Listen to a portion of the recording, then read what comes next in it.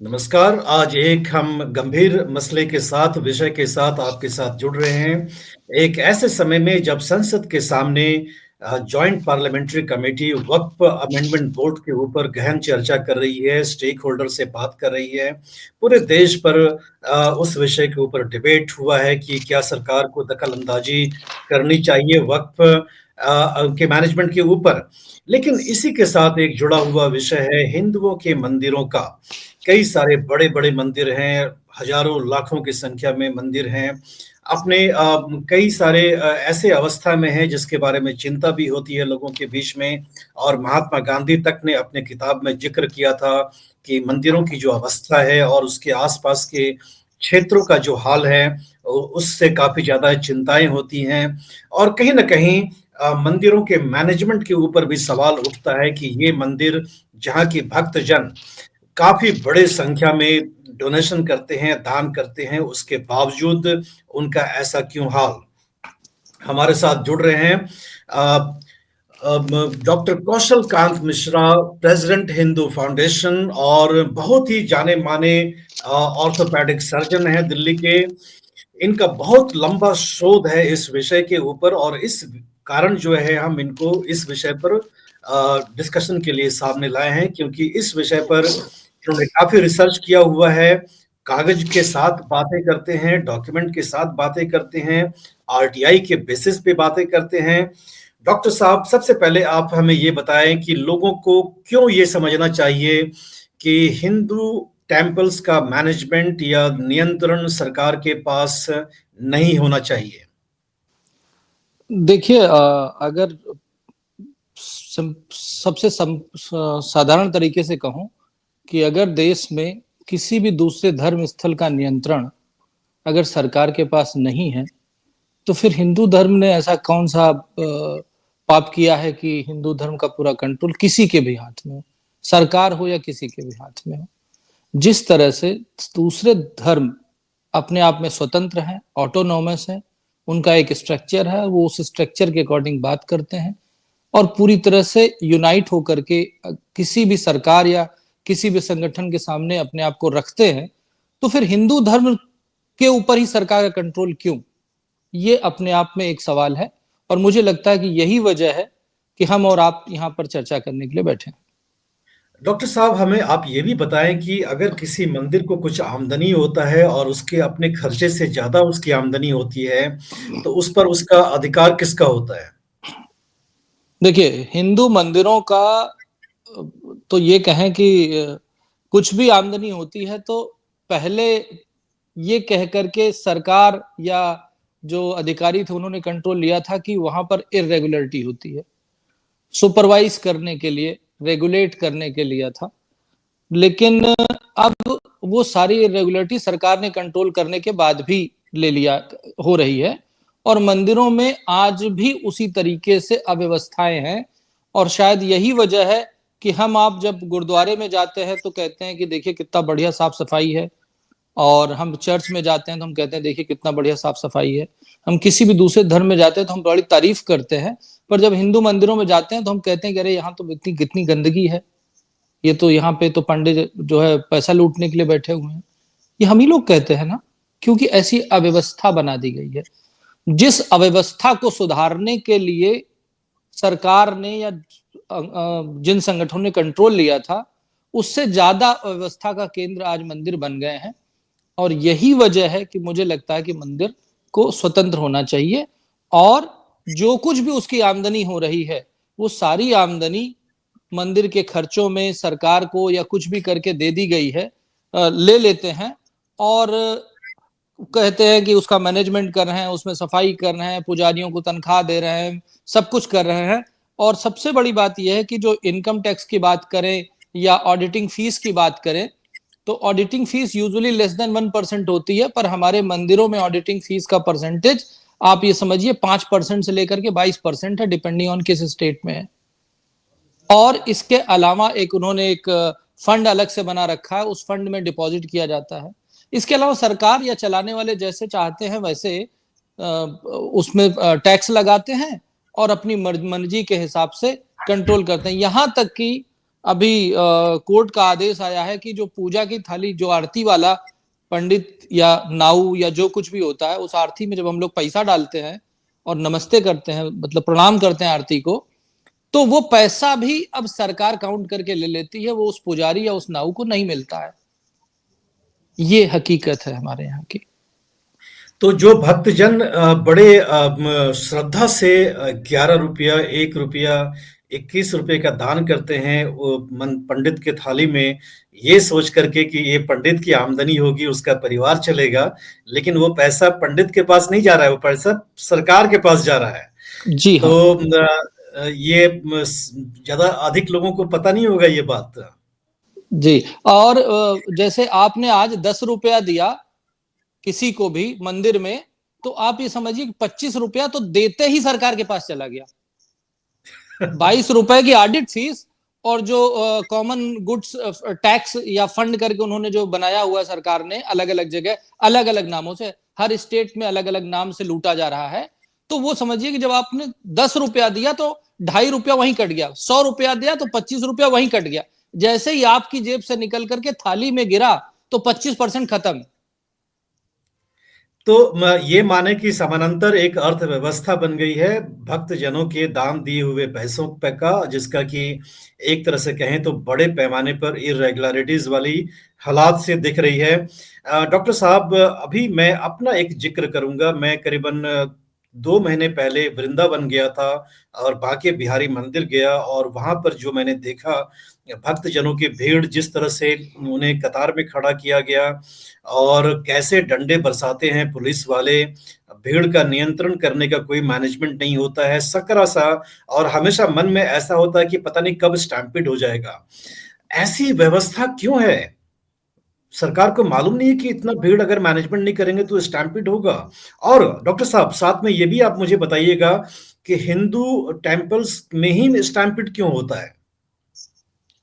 देखिए, सबसे बड़ी चीज यह है कि मंदिर एक ऐसा संस्थान है भारतवर्ष में जिसके बारे में यह कहा जाता है कि गवर्नमेंट टेक ओवर से वो बेहतर काम करेगा। अदरवाइज कोई भी संस्थान हो, जब वो प्राइवेट हाथों में जाता है तो बेहतर काम करता है। इसीलिए पूरे देश में की स्वास्थ्य व्यवस्था 85% तक की जो चलती है वो प्राइवेट अस्पतालों से चलती है, 15% केवल सरकारी चलाते हैं। हमारे यहाँ जो सरकारी स्कूल है वो हमारे एजुकेशन का लेस देन 30% पार्ट है, 70% पार्ट प्राइवेट इंस्टीट्यूशन देते हैं। पर मंदिर एक ऐसा संस्थान है जो सरकार कहती है कि हम उसको व्यवस्थित करेंगे, और उसको कहने के बाद आप जो स्टैम्पीड वाले दर्शन देखते हैं वो होते हैं। उसका सबसे बड़ा रीजन ये है जो मुझे समझ में आता है कि जब मंदिर बनाए गए थे, जिस मंदिर की आप बात कर रहे हैं, द्वारिकाधीश, आप वृंदावन के मंदिर की बात कर रहे हैं, जब वो बनाए गए थे तो मंदिर के सामने सैकड़ों एकड़ जमीन खाली थी। वो मंदिर की जमीन थी। उस मंदिर की जमीन पे अवैध कब्जा हुआ, उसका राष्ट्रीयकरण हुआ, उसको भूमि संरक्षण के नाम से सरकार ने कंट्रोल करके उसमें शॉपिंग कॉम्प्लेक्सेस बनाए, सड़कें बनाई, तो रेजिडेंशियल कॉलोनी बनाई। तो जो मंदिर की जमीन था उसका व्यवसायीकरण करके वहां पर स्टैम्पीड के लिए पूरा एनवायरनमेंट बनाने का काम किया गया है। आप ये देखिए, जब कभी मंदिर बने रहे होंगे तो उनके, आप रहे नहीं, सच्चाई बता रहा हूं, आप किसी भी मंदिर का इतिहास पढ़े तो मंदिर हमेशा उसका एक बहुत बड़ा सा प्रांगण होता था, हजारों एकड़ की जमीन होती थी, उसके अपने खेत होते थे, उसके अपने गांव होते थे, उसकी अपनी व्यवस्था होती थी। मंदिर एक अपने आप में संस्थान की तरह काम करते थे जो हिंदुओं की सुरक्षा, रक्षा, रक्षण, पालन, पोषण और रोजगार का एक संसाधन होते थे। ये एक और मिथ मैं तोड़ना चाहूंगा कि बहुत सारे लोगों को लगता है, पूरे देश में सरकार को भी लगता है और बहुत सारे हमारे जैसे आदमियों को भी लगता है कि मंदिर हिंदुओं की दान दक्षिणा पे चलते हैं। यही लगता है ना, तभी तो कहते हैं कि नान पेटीम जो आता है सब सरकार ले लेती। मनीष जी, जब मंदिर बनाए गए थे तब ऐसा नहीं था। जब मंदिर बनाए जाते थे तो जो राजा महाराजा मंदिर बनाता था उसे यजमान कहते थे, और वो यजमान हाथ में गंगा जल लेकर के आचमन करता था और वो ये कहता था कि इस मंदिर को मैं इस पुजारी को दे रहा हूं या इस ब्राह्मण को दे रहा हूं या जो भी व्यवस्था चलाने वाले तमिलनाडु में अलग अलग जातियों के मंदिरों की पूरी श्रृंखला है उसको दे रहा हूं, और इस मंदिर के साथ मैं इतने एकड़ खेत दे रहा हूं, इतने एकड़ जंगल दे रहा हूं, इतने ज्यादा गांव दे रहा हूं, इतने लोगों को दे रहा हूं जो मंदिर के लिए काम करेंगे। यानी मंदिर अपने आप में एक अर्थव्यवस्था चलाने का साधन थे, व्यवस्था थी। मंदिर किसी पे डिपेंडेंट नहीं थे, पूरा समाज मंदिर पे डिपेंडेंट था। आप देखेंगे विदेशों में जो समाज डेवलप हुआ है वो हमेशा किसी न किसी नदी के किनारे डेवलप हुआ है, पर जी हिंदुओं में जो व्यवस्था डेवलप हुई है, जो समाज डेवलप हुआ है, वो मंदिर के साथ साथ नदी के साथ साथ मंदिर हमेशा रहे हैं। मंदिर गांव होता था जिसको आप विलेज टाउन बोलते हैं, टेम्पल विलेज बोलते हैं या टेम्पल टाउन बोलते हैं, इस तरह से बनाए गए थे। और मंदिर को किसी दान दक्षिणा की जरूरत नहीं थी। जो भी दान जाता था वो दान केवल जो उसमें पुजारी होता था या जो उसमें काम करने वाले लोग होते थे उन सबको जाता था। आप लोगों ने इस तरह से मैसेज दिया कि मंदिर तो केवल पुजारियों का पेट भरता था। सर पुजारियों का नहीं, वहां पे अगर आप समझिए बांस वाला था तो बांस वाले का काम चलता था, फूल वाला था तो फूल वाले का काम चलता था, नाऊ था, कहार था, दिया बाती थी, सबका काम चलता था। अभी भी हम लोग जाते हैं जहां बाल वाल काटे जाते हैं, चौकिया में हमारे यहाँ होता है, बिहार में कुछ जगह जाके बाल कटते हैं, कुछ आप जी देखिए केरला में जाके बाल काटे जाते हैं, तो वहां पे देखिए पूरी व्यवस्था है। उस व्यवस्था को धीरे धीरे धीरे करके खत्म किया गया है। और वो इसलिए खत्म हुई क्यों? क्योंकि मंदिर के चलाने वाले जो रहे हैं वो कभी भी धर्म से जुड़े हुए नहीं रहे हैं। मंदिर का सारा कंट्रोल उनके हाथ में रहा है जो जिनका धर्म से कोई लेना देना नहीं रहा है। और ये अभी की बात नहीं, ये मैं 1817 से बता रहा हूं, लगभग 1810 से शुरू होकर के आज तक। उसके पहले मंदिर राजा राजाओं के पास या पुजारियों के पास या मंदिर जो चलाते थे उनके पास थे। 1810 से लेके आज तक किसी भी धर्म से जुड़े हुए लोगों का धर्म संस्थानों पर कंट्रोल नहीं रहा है, और यही वजह है कि मंदिरों की यह दुर्दशा है। डॉक्टर साहब, government has no business to be in government, ये बड़ी कहावत है कि अगर कोई अच्छी अर्थव्यवस्था का मैनेजमेंट करना है तो गवर्नमेंट को अपना दखलंदाजी हर क्षेत्रों में कम करना चाहिए। लेकिन यहाँ पर ऐसा लगता है कि temple management is a core business of the government. खास करके हिंदू अगर जो धर्म स्थलों की बात अगर करें तो लगता है जैसे कि मानो कि सरकार का मुख्य काम यही है कि टेम्पल मैनेजमेंट ही करना। तो क्या ऑल्टरनेटिव व्यवस्था नहीं हो सकती क्या कि सरकार को हम मुक्त कर दें कि अपना पॉलिसी बनाओ, आप ये काम हम लोग खुद कर सकते हैं? मनीष जी, सबसे पहले तो ये समझना पड़ेगा कि कोई भी जो मंदिर का कंट्रोल है जिनके पास, वो छोड़ना क्यों नहीं चाहते। जी आप ये जी समझिए कि जो देश की जीडीपी है उसका 1.5% से लेके 4.5%, जी यानी लगभग 3% ऑफ गवर्नमेंट ऑफ इंडिया की जीडीपी जो आती है वो मंदिर की इकोनॉमी से आती है। आप सोचिए कितना बड़ा ये क्वांटम है। इतने जी बड़े क्वांटम को, जिसका क्वांटम ये है कि अगर हमारे देश का बजट, हेल्थ का बजट और एजुकेशन का बजट दोनों को जोड़ दें तो उससे ज्यादा है। देश का डिफेंस बजट अगर है उससे भी ज्यादा है।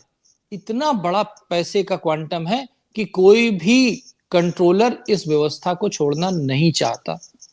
ये एक सबसे बड़ी रीजन है। दूसरा रीजन अगर हम समझना चाहें कि क्यों है ऐसा, देखिए पहले क्या होता था, हम डेमोक्रेटिक कंट्री थे नहीं, हम प्रिंसली स्टेट्स थे हर जगह। अब मैं बात कर रहा हूं मुगलों से पहले की, जब मंदिरों का ग्लोरी वाला टाइम था, हिंदुओं का जी ग्लोरी वाला टाइम था।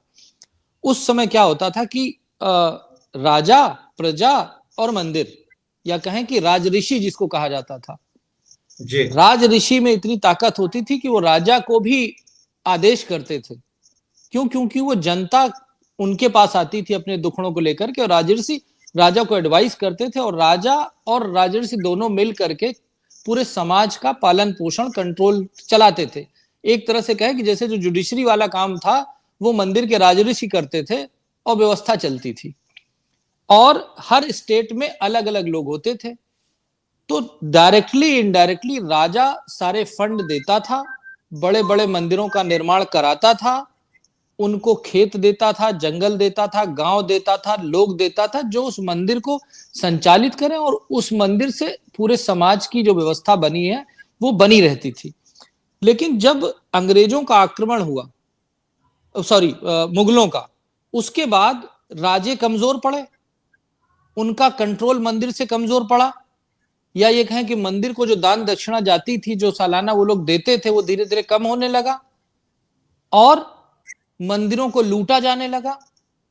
आप सोचिए ना, 11वीं शताब्दी से लेकर के आज भी बांग्लादेश में मंदिरों को ही तो लूटा जा रहा है, मंदिरों को ही तो तोड़ा जा रहा है। ये हम हिंदुओं को ये समझ में नहीं आया कि मंदिर हमारे लिए क्या है, लेकिन हिंदू धर्म के दुश्मनों को ये मालूम है कि अगर मंदिर को तोड़ देंगे तो हिंदू धर्म का केंद्र बिंदु खत्म हो जाएगा, हिंदू धर्म की धुरी नष्ट हो जाएगी और हिंदू कमजोर हो जाएगा। ये बात हमें नहीं पता है, लेकिन उन्हें बहुत अच्छी तरह से पता है। नहीं तो आप समझिए कि 11वीं शताब्दी से लेकर 21वीं शताब्दी तक मंदिर ही क्यों तोड़े जा रहे हैं। तो मंदिर हिंदुओं का न्यूक्लियस की तरह काम करते रहे हैं, केंद्र बिंदु रहे हैं, जिससे हिंदू धर्म की व्यवस्था चलती रही है।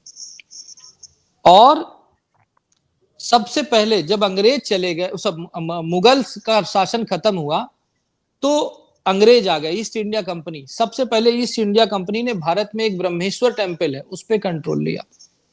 आपको केरला की बताते हैं बात। केरला में उस समय मंदिरों से जो आमदनी होती थी, पूरा मंदिरों के साथ जो व्यवसाय होता था, और मंदिरों से लोग इकोनॉमी जो ड्रिवन होती थी, व्यवसाय नहीं इकोनॉमी बल्कि कहूंगा मैं, व्यवसाय जो होता था, इकोनॉमी चलती थी, वो लगभग 4 लाख रुपए की थी सालाना। ये मैं 1810 की बात बता रहा हूं। 1810 में 4 लाख रुपए की, केरला का एग्जाम्पल दे रहा हूं, स्टेट वाइज चलते हैं। और जब ईस्ट इंडिया कंपनी आई तो मालूम उसने टैक्स कितने का लगाया था? 8 जी। लाख रुपए का। 8 लाख रुपए का। 4 लाख की इकोनॉमी पे 8 लाख का टैक्स लगाया। फिर भी उस समय के जो राजे थे केरल के, वो उसको चलाते रहे, आगे बढ़ाते रहे। अल्टीमेटली 1910 के आसपास, 1910 या 15 में, डेट भूल गया हूं, 10 के आसपास वहां के केरला के महाराज थे, उन्होंने जो केरला के सभी मंदिर थे उसका राष्ट्रीयकरण कर दिया, नेशनलाइजेशन कर दिया और अंग्रेजों को दे दिया। इस शर्त पे दिया कि हम इस जितने भी मंदिर हैं, उस मंदिर की व्यवस्था को चलाने के लिए सरकार, उस समय अंग्रेजों की सरकार थी 1920 में, वो मंदिरों को 23 लाख रुपए सालाना देगी। 23 लाख सालाना। ये बात मैं 1920 के आसपास की बता रहा हूं।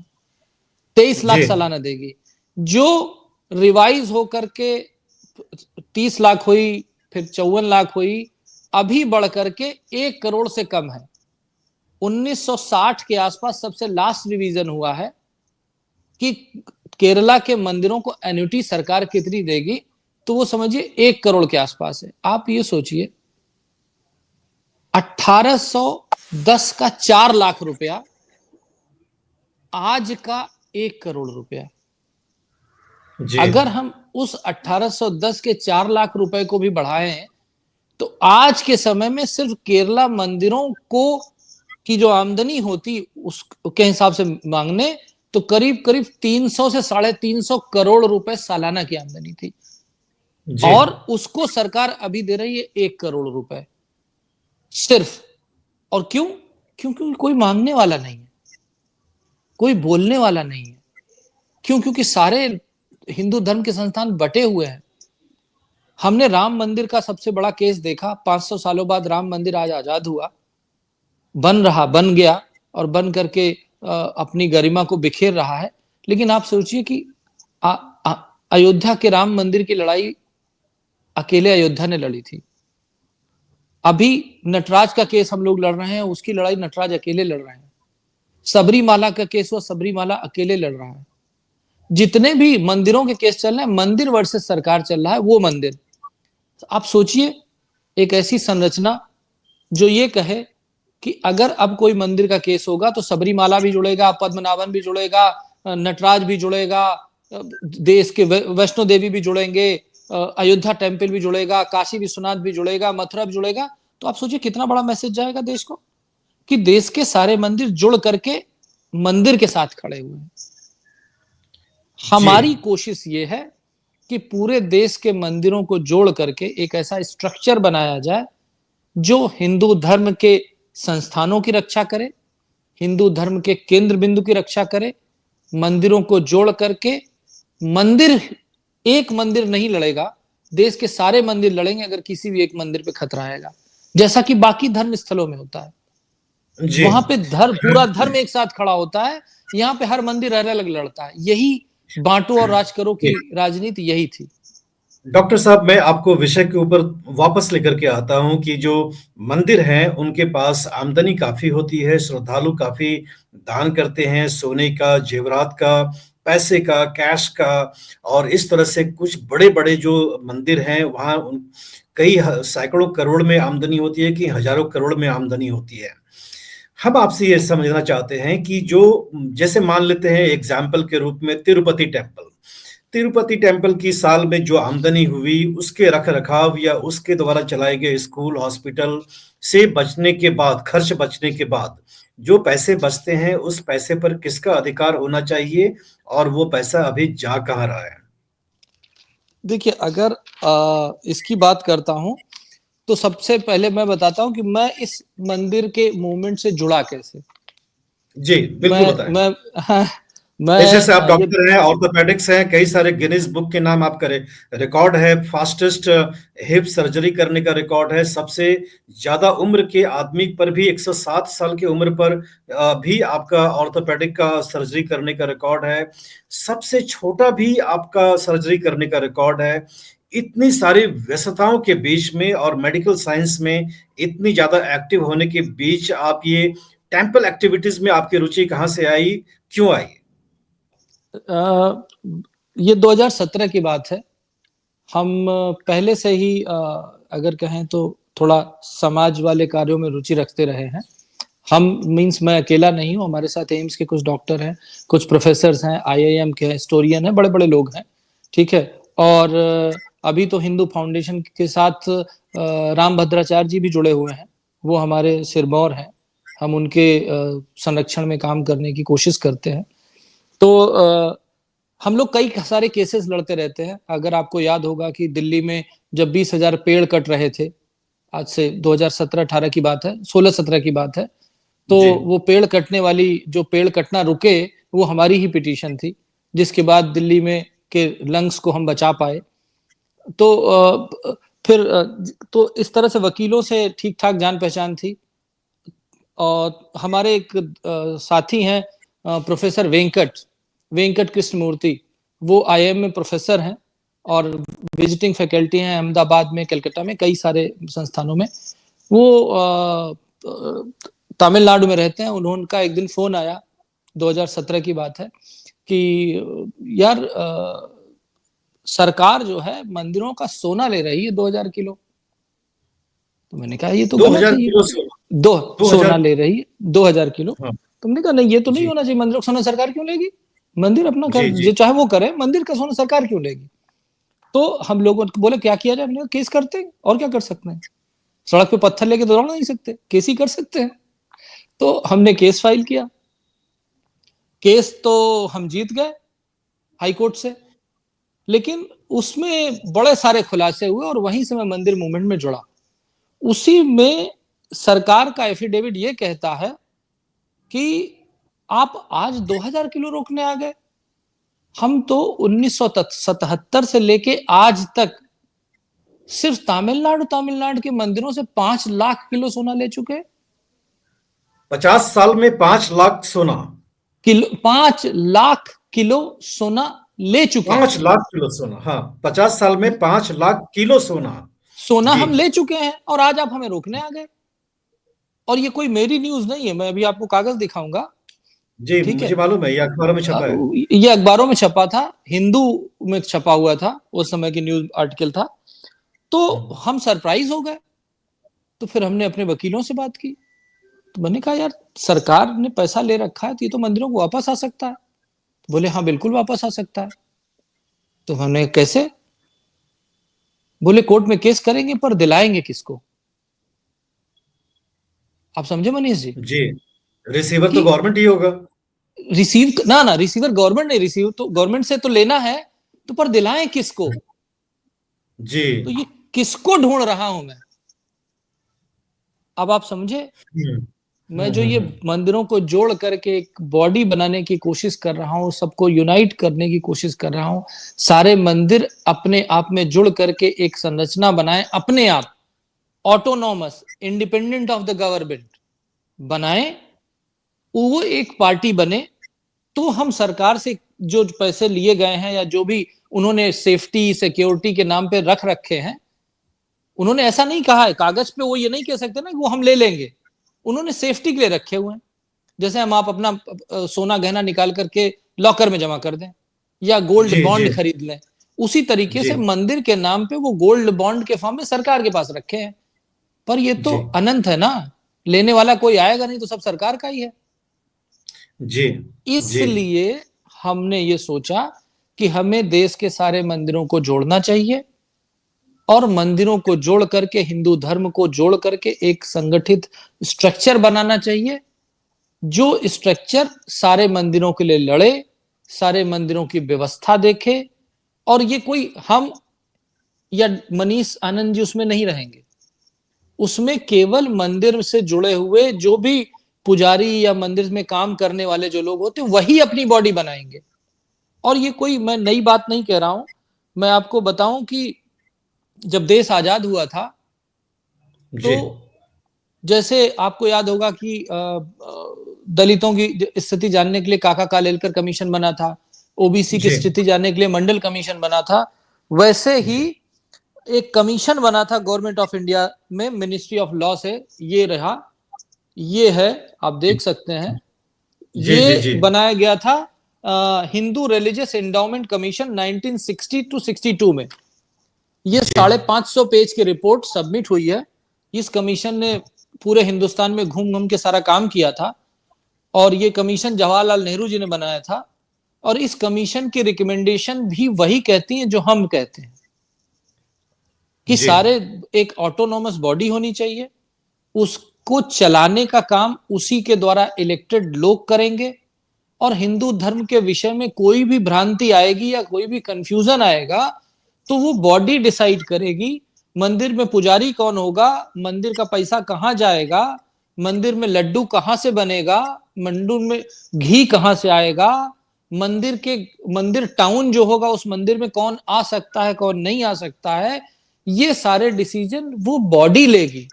न डॉक्टर कौशल कांत जी। मिश्रा लेंगे, न डॉक्टर मनीष आनंद जी लेंगे, वो बॉडी जी। लेगी।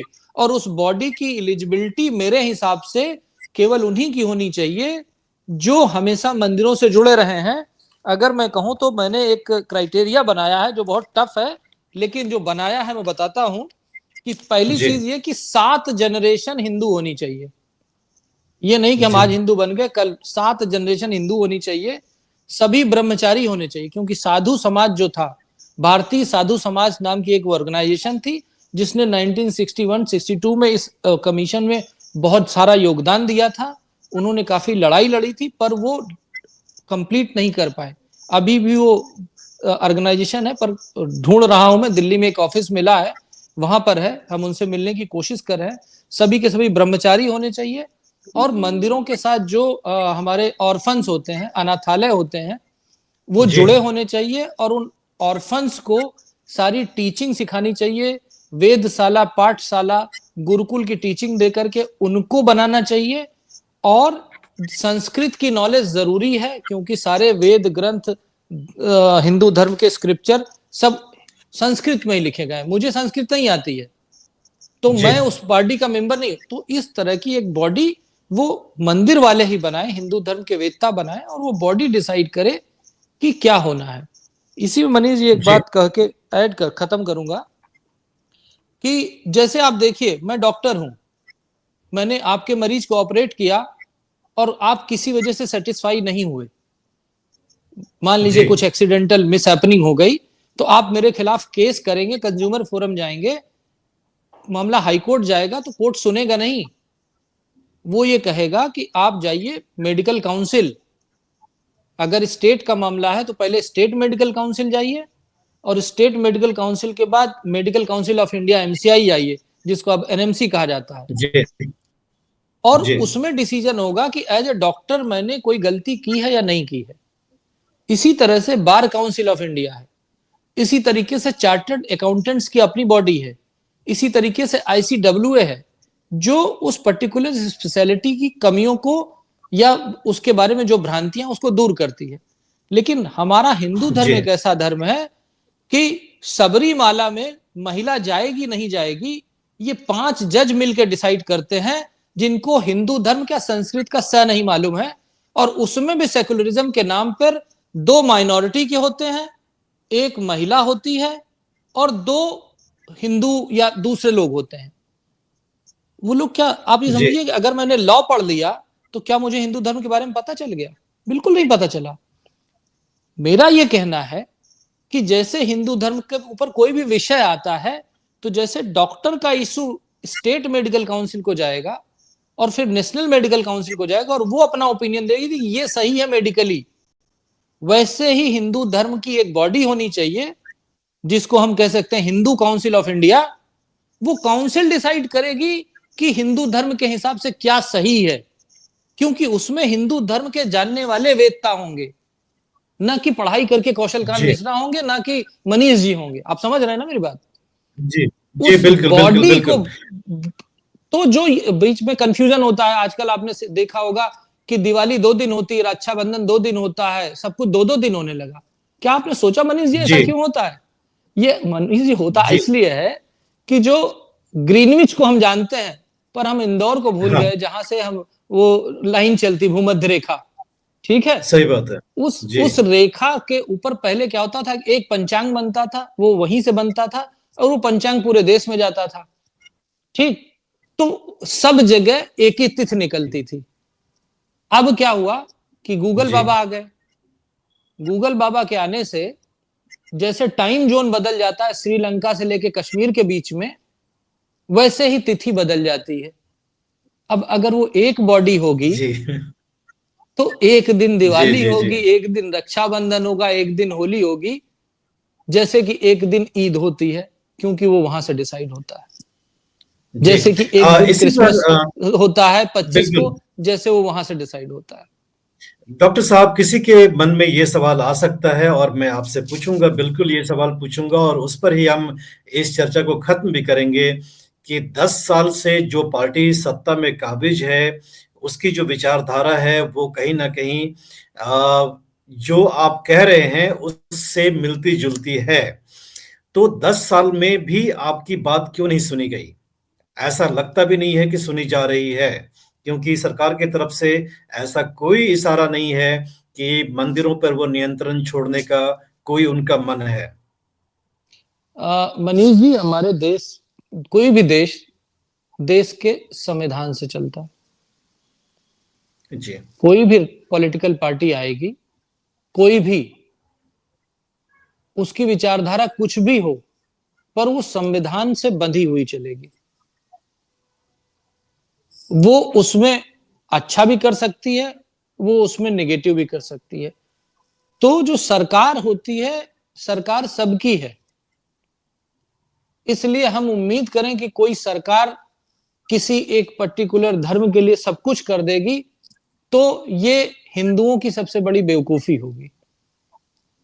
जब हिंदू ही नहीं जागेगा, हिंदू ही अपने लिए मांग नहीं करेगा। आप देखिए ना, राम मंदिर बनने के बाद आपको नहीं लग रहा कि मौसम बदल रहा है?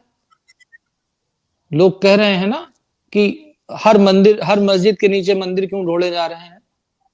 अभी तक तो नहीं था। जी जी बिल्कुल। तो कुछ तो है ही है ना, कुछ तो सरकार कर ही रही होगी, नहीं तो इतने 70 साल तक तो नहीं ढूंढे गए, 500 सालों तक तो राम मंदिर का जजमेंट नहीं आ गया, इतनी जल्दी जल्दी कोर्ट में केसेस नहीं लगने लगे, और अब दंगे भी बंद हो गए। तो वो सरकार का काम, हमने, मुझे लगता है सरकार पे छोड़ देना चाहिए हमें। और बात यह है कि हमें यह सोचना पड़ेगा कि क्या हम सरकार के हाथों चलना चाहते हैं जो हर 5 साल में बदल जाएगी? जरूरी थोड़ी ना है कि मोदी जी 100 साल तक चले, नहीं ना। या कोई भी, जवाहरलाल जी, मोदी जी, इंदिरा जी, सभी लोग चले गए ना, सभी बड़े अच्छे लीडर्स थे, चले गए। तो हम उम्मीद करें कि कोई आएगा, तो कोई नहीं आएगा।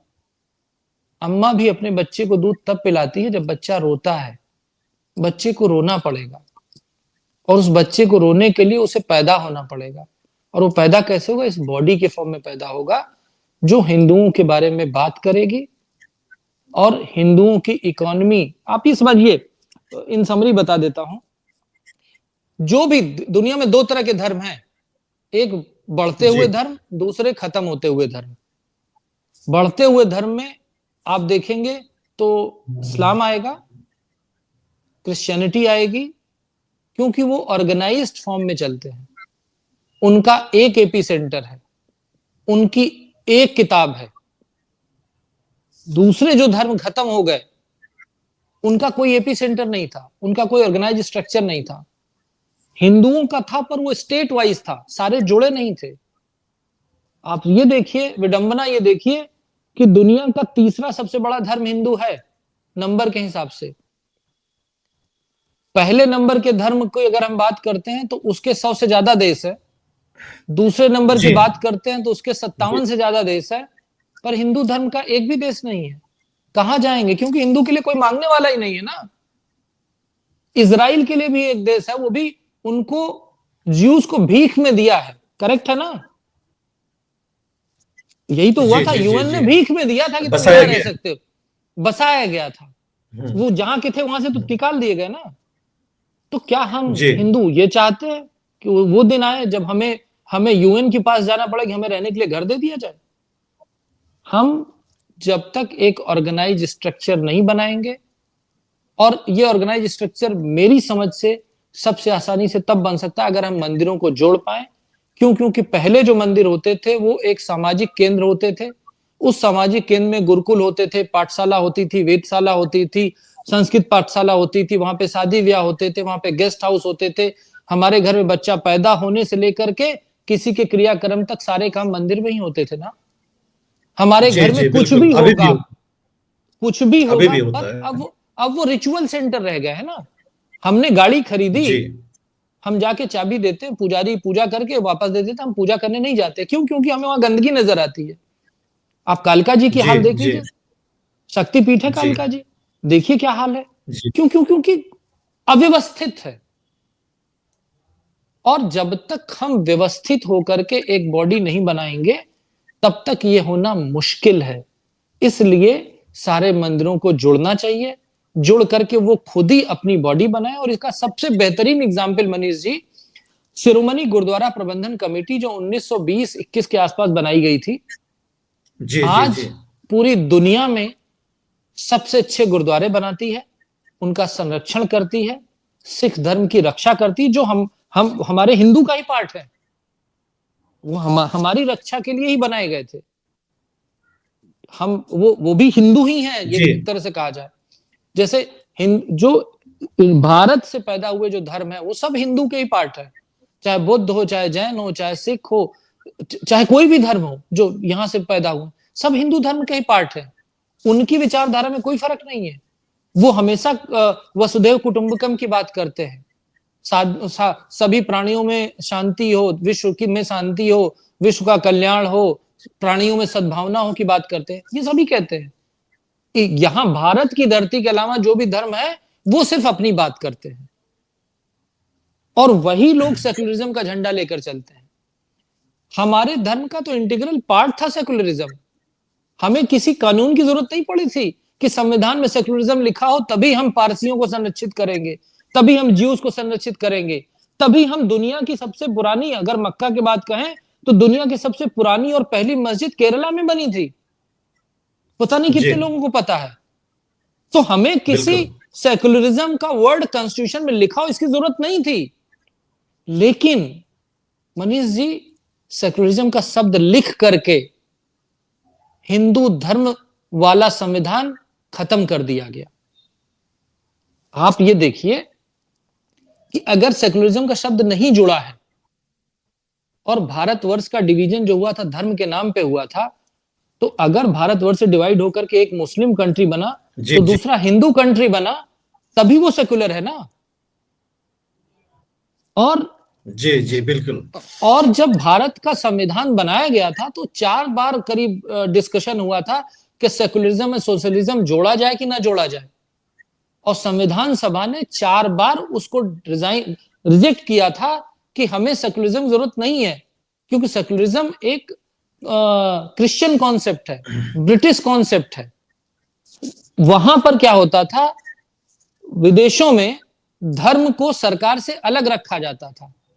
हमारे यहां यह माना जाता है कि धर्म जी सरकार की आत्मा है, मतलब राष्ट्र की आत्मा धर्म होता था, और हमें किसी जी सेकुलरिज्म और सोशलिज्म की जरूरत नहीं पड़ती थी। आप देखिए, भुखमरी जैसी बात होती है, विदेशों में लोगों को खाना नहीं मिलता। आप ये बताइए, हमारे आपके घर के आसपास कोई ऐसा आदमी एक भी है जो रोटी खाए बगैर मर गया हो? कोई भी नहीं मिलेगा, कोई भी नहीं कोई भी मिलेगा। नहीं मिलेगा। यही असली बिल्कुल, जो सोशलिज्म है। फेमाइन, जो और भुखमरी अभी वगैरह, देखिए, ये जो फेमाइन में लोग मरे, वो ब्रिटिश वो रूल में अलग की मरे बात, थे। वो अलग की बात है कि पैदा ही नहीं हो रहा तो भूख मर सकते हैं। लेकिन एक आदमी के पास खाने को है और दूसरा आदमी भूखों मरे, ऐसा भारतवर्ष में नहीं होता। हमारे यहाँ खाने के बाद कुत्ते को और खाने के पहले गाय को रोटी दी जाती है ना। आप जी देखिए, कोरोना के समय में भी लोगों ने घर से निकल करके जिस तरह से अपने गाय जानवरों सबको खिलाया ना। तो भारतवर्ष के लिए सोशलिज्म एंड सेकुलरिज्म ये हमारे लिए हिंदू धर्म का पार्ट है। लेकिन सेकुलरिज्म वर्ड यूज करने से क्या हो गया कि सेकुलरिज्म का हिंदी में मतलब है पंथ निरपेक्ष। हम्म। अगर हम इस डिबेट पे जाएंगे तो ये समझ लीजिए कि धर्म तो केवल एक ही है दुनिया में, जो हिंदू धर्म है, हम्म। जो मानवता का धर्म है। बाकी सब पंथ है। इस पे डिस्कशन और डिबेट हो सकती है। क्यों क्यों क्योंकि हम किसी की बात नहीं करते कि वो मुसलमान है या क्रिश्चियन है या ज्यूज है या पारसी, कोई भी है, वो इंसान है, तो उसके लिए हिंदू धर्म बना था। आप समझिए, जो हम्म। बाद के धर्म डेवलप हुए हैं वो एक तरह से कंपनी की तरह काम करते हैं, पॉलिटिकल ताकत गेन करने के लिए काम करते हैं। और इसका सबसे बड़ा एग्जाम्पल ये देखिए कि ब्रिटिश की सीक्रेट एजेंसी MI6 है ना। उस ब्रिटिश की जी जी। सीक्रेट एजेंसी का मोटो वर्ड क्या है मालूम है? मोटो वर्ड मनीष ये है, सेव क्रिश्चियनिटी सेव ब्रिटेन। वो ओके। लोग हाँ, वो लोग कहते हैं, वहां जितने भी सेकुलर संविधान बनाने वाले देश हैं सबका संविधान उठा करके देख लीजिए, वो थ्योरेटिकली धर्म को अलग रखते हैं, पर प्रैक्टिकली जब वो संसद में जाके शपथ लेते हैं तो बाइबल के लेते हैं और कुरान के लेते हैं या अपने धार्मिक ग्रंथों के लेते हैं। ये हमारा सेकुलर देश है जिसमें लोग जाकर के संविधान की शपथ लेते हैं। वहां पर आज भी ब्रिटिश की पार्लियामेंट में पोप के लिए एक जगह स्पेशल बनाई गई है, वो अभी तक है, हटी नहीं है। उसको भूल जाइए मनीष जी। अभी G7 कंट्रीज का मिशन हुआ था, सम्मेलन G7 and G20, G7 countries में जिसमें सारे क्रिश्चियन थे। उसमें पोप का क्या काम था, जिसमें मोदी जी बुलाए गए थे और उन्होंने बड़ा अच्छा काम किया था देश के लिए, पर उसमें पोप का क्या काम था? अगर पूरा देश सेकुलर ही है तो फिर पोप वहां क्या कर रहे थे? तो ये सब थ्योरेटिकल डिस्कशन है। बिल्कुल। प्रैक्टिकली हर देश अपने धर्म की जी रक्षा के जी लिए जी। काम करता है। केवल एक हिंदू धर्म है जो दुनिया की आंखों में चुभता है। क्यों? क्योंकि ये सबकी बात करता है।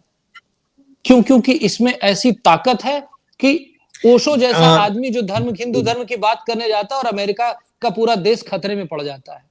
तो ये हिंदुत्व का अपना एक जी कल्चर है, एक संस्कृति है, जिससे सब लोगों को डर लगता है। और शायद इसी वजह से कोई भी देश आज दुनिया में ऐसा नहीं है जो हिंदू राष्ट्र हो।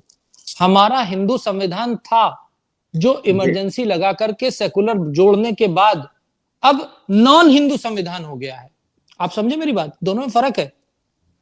अगर वर्ड सेकुलर नहीं है जी जी जी। संविधान में तो वो हिंदू संविधान था, लेकिन जैसे ही सेकुलर वर्ड जोड़ दिया गया यानी धर्मनिरपेक्ष। धर्म के निरपेक्ष कैसे कोई चीज हो सकती है?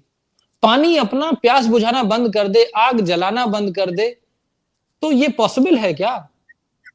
खाना भूख मिटाना बंद कर दे, तो जो जैसे हम लोग केमिस्ट्री में पढ़ते थे ना कि हाइड्रोजन का ये गुण धर्म है, हिंदी में हम लोग यही पढ़ते थे ना केमिस्ट्री, अगर आपने पढ़ी हो, हर जो पीरियोडिक टेबल होती है उसमें हर हर जो कंपाउंड था, हर जो मेटल था, उसका अपना एक गुण धर्म होता था, और वो गुण केवल उसके लिए होता था।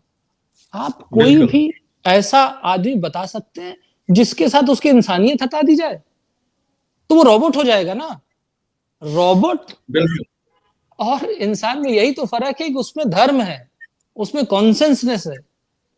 आपने संविधान से धर्म हटाकर के उसकी कॉन्शियसनेस को खत्म कर दिया, और ये एक विदेशी कॉन्सेप्ट था जो हमने अडॉप्ट किया, और हम, मुझे लगता है कि वो एक गलत परिपाटी थी जो संविधान सभा बनाने वालों को मालूम थी, इसीलिए उन्होंने वो नहीं जोड़ा, बाद में जोड़ा गया, जो मुझे लगता है कि हिंदुओं के खिलाफ हो गया या किसी भी धर्म के खिलाफ हो गया। मुझे लगता है विदेशी कॉन्सेप्ट, वो पश्चिमी कॉन्सेप्ट, पाश्चात्य और पश्चिमी कॉन्सेप्ट था वो, अमेरिका और ब्रिटेन का, जिन्होंने अपनी चीजें थोपी हैं इस्लामिक देशों में भी, जहां कर कि वह फेल हुए हैं। अफगानिस्तान में डेमोक्रेसी ट्राई किया, वहां भी असफल रहे। कई जगह पर उन्होंने एक्सपेरिमेंट किया। अभी हाल फिलहाल में वो बांग्लादेश में एक नया एक्सपेरिमेंट करते हुए दिखाई पड़ रहे हैं। वो सफल होंगे या नहीं होंगे वो देखा जाएगा, लेकिन काफी बड़ा ग्रे एरियाज है हिंदू टेम्पल के मिसमैनेजमेंट के ऊपर। और मिसमैनेजमेंट के का कारण जो है कहीं ना कहीं एक पैरेलल अर्थव्यवस्था का तैयार हो जाना, जो कि जो धन का सृजन हो रहा है मंदिरों की वजह से, उससे वो कहीं ना कहीं कुछ लोगों के लिए आमदनी का स्रोत है। विषय बहुत बड़ा है। डॉक्टर साहब ने हमें काफी अच्छे से और बारीकियों से हर चीजों से हमें रूबरू कराया, हमें उनसे अवगत कराया, और तथ्यों के साथ कराया, फैक्ट्स के साथ कराया। और हमें लगता है कि इस विषय की गंभीरता को लेकर के हो सकता है कि हम आगे जाकर करके और भी डिबेट कर सकते हैं, क्योंकि समय की सीमा है। इस समय सीमा में सारी बातें हो नहीं सकती हैं। डॉक्टर साहब, आपने हमें काफी सारी जानकारी दी, इसके लिए मनीष बहुत जी, बहुत धन्यवाद। जी मैं जी क्लोजिंग करते हुए कुछ ऐसे फैक्ट बताना चाहूंगा जो मुझे लगता है लोगों जी को बताएं। मालूम होने चाहिए। एक जी फैक्ट बताएं। यह है कि हम दुनिया का सबसे बड़ा हिंदू देश है, हिंदू की पॉपुलेशन वाला देश है, लेकिन आपको जी पता है मनीष जी कि देश में मंदिर कितने हैं? एनएसएसओ 2020 का आंकड़ा कहता है कि मंदिर भी 5 लाख हैं, पर मस्जिद कितनी है पता है? 7.5 लाख। नहीं पता होगा। चर्च कितने हैं? 1 लाख। नहीं पता होगा। नहीं नहीं। नहीं पता।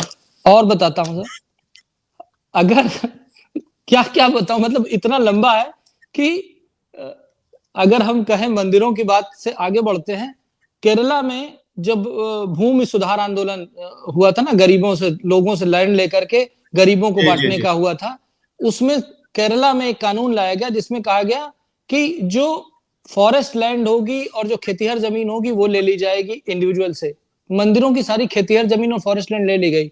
मंदिर इंडिविजुअल नहीं थे, लेकिन उनके लिए लड़ने वाला कोई जी नहीं था, इसलिए मंदिरों को से जमीन लेकर के बांट दी गई। और वहीं दूसरी तरफ चर्च, जिसकी जमीन थी, उसको उन्होंने कहा, एक डिफरेंट नाम दिया था, मैनग्रोव टाइप में, उसकी जमीन नहीं ली। चर्चों की जमीन नहीं ली, मंदिरों की जमीन ले ली।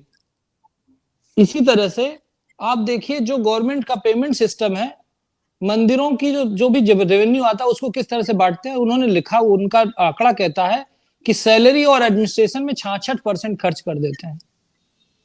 आप सोचो। जी जी जी, 2/3 पैसा जीडीपी। सैलरी और हाँ। और टेम्पल का जो पूजा एक्सपेंस में 5% खर्च होता है। हम्म। ठीक है। जी टेम्पल के रख रखाव में 9% खर्च होता है, और गवर्नमेंट का टैक्स 20% लगता है। जी, 2/3 हमारे पैसा देश, सैलरी वगैरह में जाता हाँ सोचिए ऐसा कौन सा संस्थान है। है। और जी मजे की बात यह है कि हिंदू धर्म एक ऐसा संस्थान है जिससे गवर्नमेंट के एम्प्लॉयज की सैलरी जाती है। जी जो चैरिटेबल एंड एंडाउमेंट एक्ट बनाए गए हैं, वो पूरी मिनिस्ट्री का जो फाइनेंस आता है वो मंदिरों से आता है। और उसमें हर पॉलिटिकल पार्टी आती है, अपने लोगों को रखती है, हारने के बाद दूसरी आती है, दूसरी रखती है, और मंदिर को पेंडुलम की तरह ऐसे झुला दिया जाता है। आप ये समझिए कि तिरुपति बालाजी में जो बसेस चलती हैं वो तिरुपति के पैसे से चलती, जबकि सरकार से चलनी चाहिए। तिरुपति के अंदर चलने वाले स्कूल तिरुपति के पैसे से चलते हैं, जो सरकार से चलने चाहिए थे। तिरुपति के बस के टिकट में जो टिकट बटता है, सरकार पैसा उसका लेती है। उसके पीछे ऐड किसका चलता है कि वेटिकन सिटी चलने के लिए इतने % का डिस्काउंट है, इस डेट को जाएंगे। हज चलने के लिए इस डेट के लिए आप यहां से इस नंबर पे कांटेक्ट कर सकते हैं। तो इतनी कुछ है बताने को मनीष जी। मुझे लगता है कि अगर हम स्टेट वाइज करें कि आंध्रा का, तमिलनाडु का, केरला का, उत्तर प्रदेश का, पद्मनाभन टेम्पल की बात करते हैं, इतना पैसा है वहां पे कि उसके खजाने खोले जाएंगे। लेकिन क्या किसी दूसरे धर्म स्थलों खजाने खोले गए? नहीं खोले गए। आप ये समझिए, जिस तरीके से हमारे देश में दूतावास होते हैं विदेशों के, अफगानिस्तान का दूतावास, पाकिस्तान का दूतावास, उसी तरीके से मंदिर और मस्जिद हमारे देश में एक दूतावास की तरह काम करते हैं, जो वेटिकन सिटी से गवर्न होते हैं और मक्का मदीना से गवर्न होते हैं। ये बात उतना ही सेंसिटिव है जितना दूतावास के रहने से सेंसिटिविटी होती है। क्यों? क्योंकि अगर हमें किसी कैथोलिक चर्च में कोई पादरी अप्लाई करना है तो वेटिकन से सर्टिफिकेट आता है। अगर मौलाना जी अपॉइंट होंगे तो उनका मस्जिद कमेटी और उनका मुस्लिम बोर्ड डिसाइड करता है, उनका वक्फ बोर्ड डिसाइड करता है। आप इसकी बात करें, वक्फ के पास इतनी लैंड आ गई, तीसरे नंबर पे है पूरे भारतवर्ष में, और मंदिरों की सारी जमीन लूट करके सरकार को बांट दी गई। ये सिर्फ इसलिए हो रहा है क्योंकि हम यूनाइटेड नहीं है। मेरी सिर्फ ये अनुरोध है इस वीडियो के माध्यम से कि ज्यादा से ज्यादा मंदिर एक साथ जुड़े, तो हम उनके लिए कोशिश करेंगे कि वो पैसा जो सरकार के पास रखा गया है वो पैसा उनको दिलवाया जा सके। जो हमारे मंदिर, मनीष जी, 4 लाख मंदिर सरकार कंट्रोल में है, 1 लाख प्राइवेट मंदिर है। उन 4 लाख मंदिर में एनएसएसओ का आंकड़ा ये कहता है कि अगले 100 सालों में ये 5 लाख का नंबर घट करके केवल 1 लाख रह जाएगा, मंदिर घटेंगे। तमिलनाडु का सरकारी आंकड़ा ये कहता है 55,000 मंदिर उन्होंने लिए थे, जिसमें से 39,000 मंदिर में एक शाम पूजा करने के लिए पुजारी नहीं है। 38,000 मंदिर का आंकड़ा ये कहता है कि वहां पर सालाना आमदनी 10,000 रुपए। आप सोचिए, एक तरफ 10,000 रुपए सालाना आमदनी का मंदिर बंद हो रहा है, दूसरी तरफ 5 लाख किलो सोना सरकार पिघला करके गोल्ड बॉन्ड के फॉर्म में जमा करके रखती है। ये इसलिए है क्योंकि हम अपने घर में जमे हुए हैं, हम सो रहे हैं। इसी नोट पर डॉक्टर साहब हम लोग इस चर्चा को खत्म करेंगे और आने वाले समय में आपके साथ फिर जुड़ेंगे। धन्यवाद, नमस्कार। नमस्ते, नमस्ते।